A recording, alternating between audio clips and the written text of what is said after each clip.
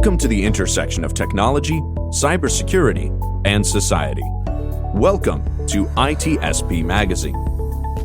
You're listening to a new Two Cyber Chicks podcast. You're about to join Erika and Jax for an inclusive cybersecurity conversation designed to educate and break the stereotypes of cybersecurity professionals while providing life hacks on how to handle burnout, networking, and goal setting.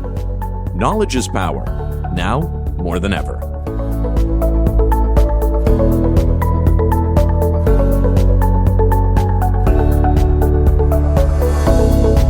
Hey Jax, you ready for this? I am stoked. Okay, well today we have a super special guest, Matt Halvorsen. Matt joins us with a super impressive background. He has spent the past 20 plus years working in the government agency sector, and also he's an adjunct professor, all while earning loads of brilliant recognition along the way. Matt, thank you so much for taking the time to meet with Two Cyber Chicks today. Jax and I are super excited to have you. Before we get started, we'd love to kick things off by just letting you give a quick intro on your background, your experience, and how you got to where you are today.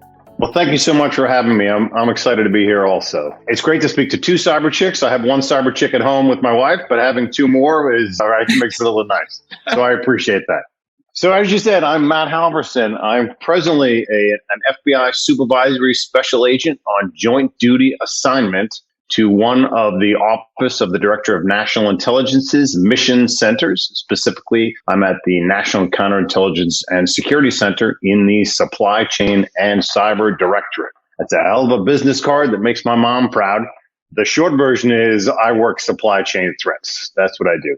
And I've been at NCSC now for about 2.5 years. I've been in the FBI for coming up on 20 years. And prior to being in the FBI, I was in the Navy for 5 years. It's been a heck of a career. I started out doing Italian organized crime in the New York field office of the FBI, where I did that for many years, which was stuff right out of books and movies, which don't really do it any credit to how much it really is. Then I transferred down to Washington, D.C., and got to work complex counterterrorism matters for a big portion of my career, which was pretty wild during the height of that we were dealing with in the mid-2000s.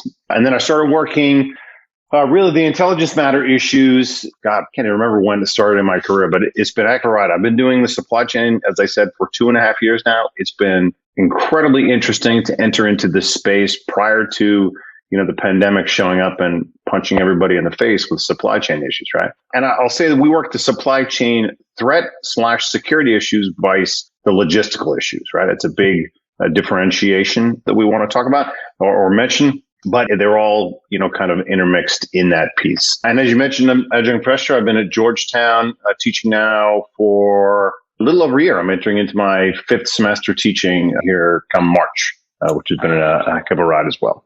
It is awesome. And that's how I met you, Matt, is through Georgetown. And I was in your supply chain risk class last term, and it was really insightful. I really appreciated all of the materials that you provided and all the interviews. And then I talked to Erika and I'm like, we've got to have him on the show. So I have to take a step back really quick. You said Italian crime units. Was that in the States, or I'm assuming that was CONUS here involved? Yeah. Oh my gosh, how cool is that? I'm thinking the first thing, and Erika wrote it over here, I was thinking like AK mob. Is that kind of what you were involved in?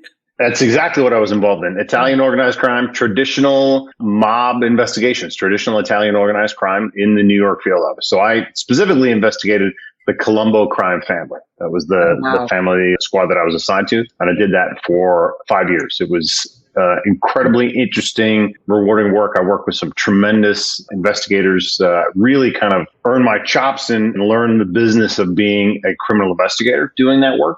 It was a heck of a ride. But yeah, it is right in Brooklyn, Long Island, Manhattan. That was the general stomping ground of the family I worked.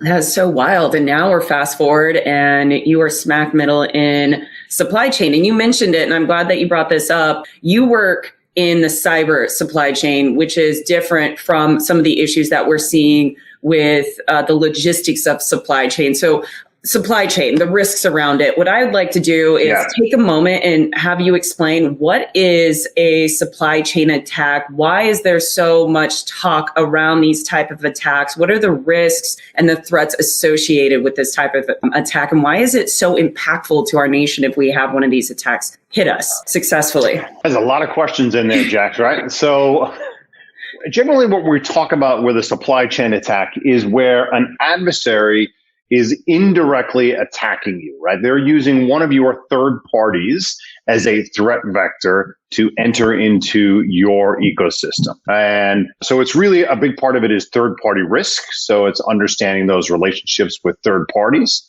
that you enter into, whether you're a government entity or a private entity, right? It's getting into those third party relationships and realizing that foreign intelligence adversaries are using your third party relationships, your vendors, as a threat vector to enter into your ecosystem. And when we talk about the types of threats, I break it down into two generalized types of threats from adversaries. The first is sabotage, and as it sounds, it's pretty basic forward. It's the ability to cease functionality, right? It is turning something off, the ability to cease functionality. So think of the power grid and being able to turn off the lights, right? That is a sabotage attack.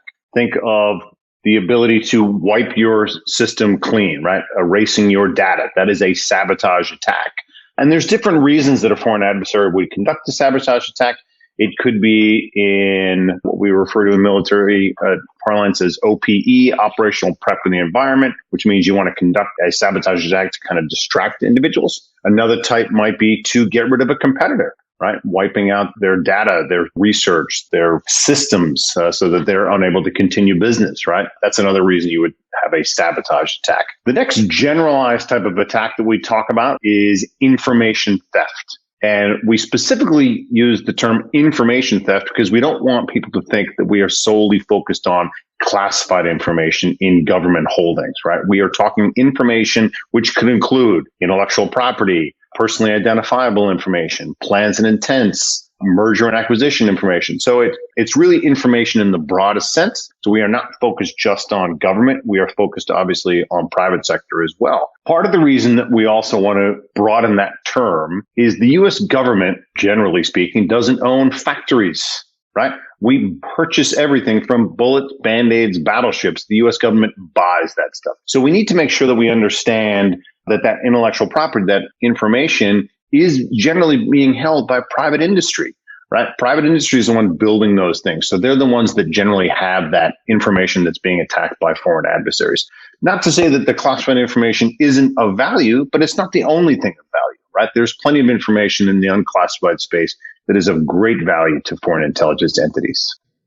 There's a lot to unpack there. And, Jax and I, from the cybersecurity lens, all the keywords that you were rattling off, they totally make sense. I can see why your focus has been there. So related supply chain attacks have completely, gone through the roof. They've tripled in 2021 alone. We saw the uptick in software supply chain attacks, including SolarWinds, and then most recently with Log4j. Some of the factors associated with these breaches are open source software. What do you believe, if anything, if maybe a mix of things can help to reduce not only the occurrence, but then also the magnitude of these attacks that we've been seeing? It really comes down to best practices, right? What best practices are there out there to help mitigate these threats? And there are a lot that organizations can do, and there's a lot on the horizon of things to come that'll really help with that. The first thing that you can do as an organization or as an individual to help mitigate the threat from these digital or software supply chain attacks is really good asset management, understanding what's in your systems, right? So you talk about Log4j, and I'm sure that there's a lot of people in boardrooms going around saying, is that a threat for us? Is that a problem for us? And if you don't have good asset management, do you know if you have Log4j? Right? If you don't know what's in your system, if you haven't done that asset management to know what software is on your system, what components are in there, then it's going to be pretty hard to address that. Otherwise, you're doing software scans to try and see if you have that footprint on there. So a good asset management is a good place to start in that, right? Another thing that's really kind of on the horizon is this concept of software bill of materials, or SBOM. And going along with SBOM is kind of software component analysis. So understanding if you can't get a software bill of materials from the software that you're purchasing is a good analysis of software, right? Using component analysis techniques to really understand that. So when I talk about software bill of materials, for those that are listening that may not be aware, that is really a breakdown of all of the components that are in the software, to include the open source components. Because a lot of software is not written anymore, right? It's Legos, the open source pieces, and people are taking those Legos. I use simple terms because I'm a knuckle dragging, law enforcement type, right? So we take these open source Lego software pieces and we click them together, and we have a piece of software, right? So you need to and that's what software bill of materials, which is really a big effort coming out of CIS has really taken some big piece of that. NTIA was a big piece of that, right? There's a lot of work going on understanding software bill of materials and coming up with structures to determine when software bill of materials is necessary. So that's going to be a big piece of that, is really understanding that. And building on those I came out of the Executive Order 14028, which was improving the nation's cybersecurity. And it was the definition of critical software that came out of that EO. So as you look at understanding your software components and your software bill of materials, is really looking at it for the critical software, and was coming up with a good definition of critical software. And NIST was charged with doing that under the EO. They released that not that long ago, their definition of software. And now CISA is going to take that definition and build it out into categories. So to summarize it, things you can do to help mitigate upfront would be asset management, looking at component analysis if you cannot get a software bill of materials. And then over horizon, I think we're going to see big pushes both from the government and on private industry for a good software bill of materials so that people know what they're buying into, right? So it's like when you purchase a car, right? When you purchase a car now, car manufacturers are required to show where all the components are manufactured. And that's what's going to be coming for software. I see that coming. I think most people in the industry see that as coming. How good that's going to be and what that regulation looks like, how much of it is self-directed, how much it is directed as government. I mean, that's a rulemaking, lawmaking process that's going through the motions right now. Yeah, I just saw recently there was a bill they just passed called the TLDR, Terms of Service Labeling, Design, and Readability, which I thought was really clever that they labeled it TLDR. But the focus was providing a summary statement for users on websites to know what type of data is being used. And I think we're going to start seeing more and more of that. And you mentioned this on the software piece, is understanding what is in that software and knowing what we're going to be receiving. And I'm looking at it from a government side because a lot of the tooling we use is open source. And I don't know if you heard, and this was a recent report, it came out first part of January, but there was a developer which actually he sabotaged his own coding library to basically protest against mega organizations, which is a great show of activism. So my question, because I've thought about this, being somebody that works on the federal side and has been in the military and has used some of these open source toolings, what can we do to better protect our federal side? Is it eliminating all open source tooling? I know that's probably not possible, but how can we really secure ourselves when we're getting this open source tooling and we're not going to know if it has been sabotaged or if maybe some of the coding is bad? Yeah, so we're not going to get rid of open source software. It's not going to be possible, right? Now, there are certain cases where you'll develop an in-house, so you'll specifically have a piece designed. Maybe it's on a national security system or some sort of critical system, right? But to get rid of it across the federal government would be, implausible, right? It's just, you can't do it in today's environment and how ubiquitous software is and how necessary to the development of software open source solutions and tools are, right? They're really necessary. So it's figuring that out. So I think part of it you'll see is maybe some sandboxing, right? Where software is run and partitioned first and run in kind of a secure sandbox environment to ensure there's no problems or in that. I think you'll see some more of that going on, which will include testing. There'll be increased testing depending on the level of criticality that the software is going to be using in an organization. I think you're going to see a big increase on that. I see an increase in partitioning of information, right? So that if systems are compromised, that, smaller pieces of data are being compromised. So I think I see some partitioning happening there. There's going to be, increased emphasis on encryption and the ability to use backups to get, back on track faster, right? It's one thing to have a backup of your system, but if that backup takes 2 weeks to unpack and get your system back up running, that's not, depending on your business, that's not really a viable. Like, you could be out of business in those 2 weeks because your competitor beat you out, or, if you're a government entity, before bad guys can do something really nefarious, right? So I think you'll see increases in the amount of speed that backups are being utilized to get things back into action. I think you'll see some there, but that's not really a mitigation as much as that is a disaster recovery plan, right? The SBOM initiative and the ability for the government, talking to your government listeners, the ability for the government to use that SBOM, right, is going to require learning on everyone's part. Right. And it's going to require people to actually understand the SBOM, use the SBOM. Right. So it's coming up with a structure that works for the purchaser to really understand what they're looking at. And then being able to, have that dialogue with the producer or vendor of that software. Right.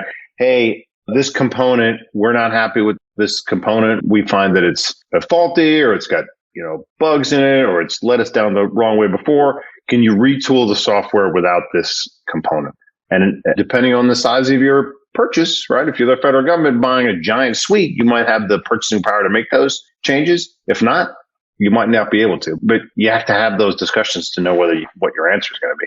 Yeah, for sure. And I think that you highlighted a lot of things that have become even more important in the past couple of years, especially with the pandemic and the way that's impacted the way we work. So first off, asset management, I think backup and restoration, business continuity, disaster recovery, those were all the things that were kind of like beeping in my head. I was like, wow, all of these things have been highlighted so much. It introduced somewhat of like a rogue workforce and the need for all of these things to be in place. And so some organizations that were, not necessarily up to par and didn't have a good grasp on all these things before, we introduced this remote workforce. The pandemic really impacted a lot of organizations. We're still seeing some of that today. But I'm curious on how this all impacted your work. Did your work change at all, working in the space that you work? Yeah. So it's a great question. How did it change? So here's one of the things that it did change is our phone started ringing off the hook. Right. That's one thing that these issues with the supply chain because of the pandemic really, caused the supply chain director to be on everybody's mind. Right. As I've said many times in the last year, nobody heard of supply chain until 20 months ago. And now you can't pick up the Wall Street Journal or Bloomberg News without reading about it. Right. It's everywhere. So that's one thing, is it increased our workload a lot in a good sense. Right. It's good that people are wanting to, address these issues. So that's good. We've also seen a lot of high profile supply chain attacks happen in the last, 20 months. And that has really shown that this is a bigger problem than people knew it to be. These issues didn't appear, 20 months ago, right? They were happening before that. They just weren't on the radar of a lot of organizations because they were dealing with other matters. One of the things we say sometimes at NCSC is supply chain security today is where insider threat was 10 years ago. It is becoming ubiquitous to the calculus in organizations, whether you're a government organization focused on the security threats or whether you're a private business, focused on, risk and revenue, as private industry likes to focus on. Supply chain threats has become a bigger issue with that. It's been interesting talking more and more to private industry. I do a fair amount of that in my job. And it's been really interesting to hear private industry's calculus. So I've been very grateful to the increased outreach that's taken place as a result of the activities in the last 20 months. That's really broadened our understanding of the private industry's calculus. And it's really helped us, have a better dialogue with private industry and work on those public-private partnerships. So CMMC, that is the Cybersecurity Maturity Model Certification. For anybody listening is not familiar with that. In January, as you're aware of, in January 2020, the government rolled out with the new CMMC certification. And since then, there's been some revisions. We're currently in revision 2.0. Could be more revisions. And for anybody that doesn't know that's listening, CMMC was really designed for a framework for implementation for companies that work specifically within the defense industrial base, or the DIB. And the government had rolled this out to find a better way of securing our supply chain, but really focused in on CUI data, known as controlled and classified information. And really this spurred from 2 decades ago, right around 9/11, and really realizing, hey, we're not very good. We, the government, are not very good with controlling our information and where it goes. And so I'm curious because I'm really passionate about the CMMC. I love this space because the focus is really on securing our supply chain and focused on our national security. However, there's some reservations that I have because the framework is creating a model to help organizations become compliant to secure their network in a way to identify where's our CUI data, let's secure it and let's protect it. But the flow of traffic and that CUI data going back and forth has not changed. So still have that flow. So what are your thoughts around, CMMC, especially with the revisions? Do you think this is a good first step that the government is doing for the due diligence? Do you think it's enough? Do you think maybe there needs to be some additional things to go with the CMMC to help us secure that supply chain and that CUI data? I know that's a lot. No, it's a lot of questions. So I'll start with the first caveat, which is at NCSC, we are part of the intelligence community as opposed to the Department of Defense. So we are observers of the CMMC process and how DoD is doing it. We listen to what they're doing, we pay attention to it, but we are not contributors and we are not really providing a lot of direction on that. This is really kind of in their own lane. So that said, there's my caveat, right? I'm of the opinion that DoD, and I think they rightly are doing so, they need to do something, right? The DIB is an incredibly big, important part of the efforts that DoD has to move forward with. And they really understood that something had to be done. And sitting back and relying on self-attestation and was probably not going to be the way of the future and not going to work moving forward, right? And I don't think they wanted to go down the road of a naming and shaming either, right? I don't think they saw that as a viable way to do business, right? So that said, DoD has, their understanding of what they want to do. The DIB, their business model, right? So they may have something completely different. So trying to balance those two equities is not an easy task, right? It is not an easy task at all. I know that the revisions have given some people some pause, that it may have been, losing some teeth. The CMMC process might have losing teeth with version 2.0 as opposed to, what they originally rolled out. I don't know where that balance is going to be, right? I don't think it's going away, right? I don't think anybody believes that DoD is going to throw their hands up and say, all right, DIB, forget it. We'll let you go back to, business as usual. That said, my opinion also is I don't think DoD is, going to, drop their helmet and try and force their way into the DIB to do what they want, right? They're going to have to come to that balanced space, understanding that everybody, generally speaking, they both want the same thing. They want a secure environment where they can continue to provide the best support to the Department of Defense, and the Department of Defense is getting good products at good value that they know are secure and are able to meet the mission space. That's a tough challenge. I think they're up to it. Is 2.0 the solution? Probably not, right? Yeah, there could be 3, 4, 5.0, right? They'll come to a middle ground on this, and it'll be interesting to see where the final rollout product is and how that affects the other sectors in the federal government, meaning the intelligence community sector and then the civil sector, right, with your non-Title 50 agencies. It'd be interesting to see how that is used, if it's used. And listen, I'm all for plagiarizing, right? I'll steal from the best federal agency, right? If somebody in the federal government's got a solution, why would I need to redo it? Why would I not just take that solution? So it would be, as a taxpayer, I'd be upset if the federal government didn't learn from DoD's experiences and use that in some of the other sectors. When is that going to take place? I think the other sectors might just wait a little bit longer and see how it plays out.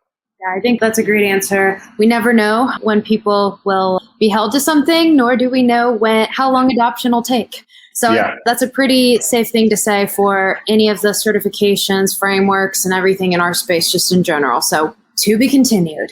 Yes. Matt, I have a fun question for you. What is your favorite part about your job? Wow, that's a good question. There's just so many, right? So many things that are fun. So I talked to somebody asked me a similar question when I was on a call a couple of weeks ago. And the favorite part of my job is interacting with some amazing people who really care, right? Who want to, it sounds so touchy-feely, kumbaya, right? But being with a group of people that really care and want to do the best, for the mission. That's a great thing to have, right? Having people that are mission focused and really care about providing the best support to the federal government, whether in my duties as an FBI agent or my duties, at DNI now, knowing that I get to work with those kind of people, that's really awesome. That's a great thing to have. Yes, that's the best part of my job. I think that is an awesome answer. And for many, and I'll speak for myself, I think that is one of the reasons where organizations get sticky and the reason that you want to stay up and show up your face every single day. So yeah, it has been an absolute pleasure. This has been such an engaging conversation. Thank you so much for your time. If our listeners want to hear a little bit more or want to maybe get in touch with you, is there a best way to do that? Yes, of course. So we have the standard website. We all have websites. So it's ncsc.gov. So November Charlie Sierra Charlie.gov. And then we have a website, which is, an email address for the Supply Chain Directorate, which is ncsc-supplychain@dni.gov. And that goes to all our folks in the Supply Chain Directorate. So if anybody has specific questions, we're happy to talk to them. If you're in the federal government, local government, state government, private industry, anybody who wants to talk, we're happy to talk to you. And the last plug I'll say is we are gearing up now. We just started gearing up today for April, this coming April, which is National Supply Chain Integrity Month. Anybody looking for events or anything to do for National Supply Chain Integrity Month? I think this is our 5th one this coming April, and yours truly is the cat herder for that. So happy to speak to anybody that wants to talk Supply Chain Integrity Month. Awesome. Well, y'all heard it here first. Yeah, I love that. Thanks, Matt. You were awesome. Thank you so much. Thank you so much, guys. This was a blast. We hope you enjoyed this episode of Two Cyber Chicks podcast with Erika and Jax.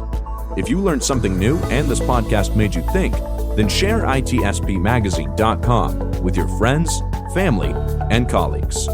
If you represent a company and wish to associate your brand with our conversations, sponsor one or more of our podcast channels. We hope you will come back for more stories and follow us on our journey. You can always find us at the intersection of technology, cybersecurity, and society.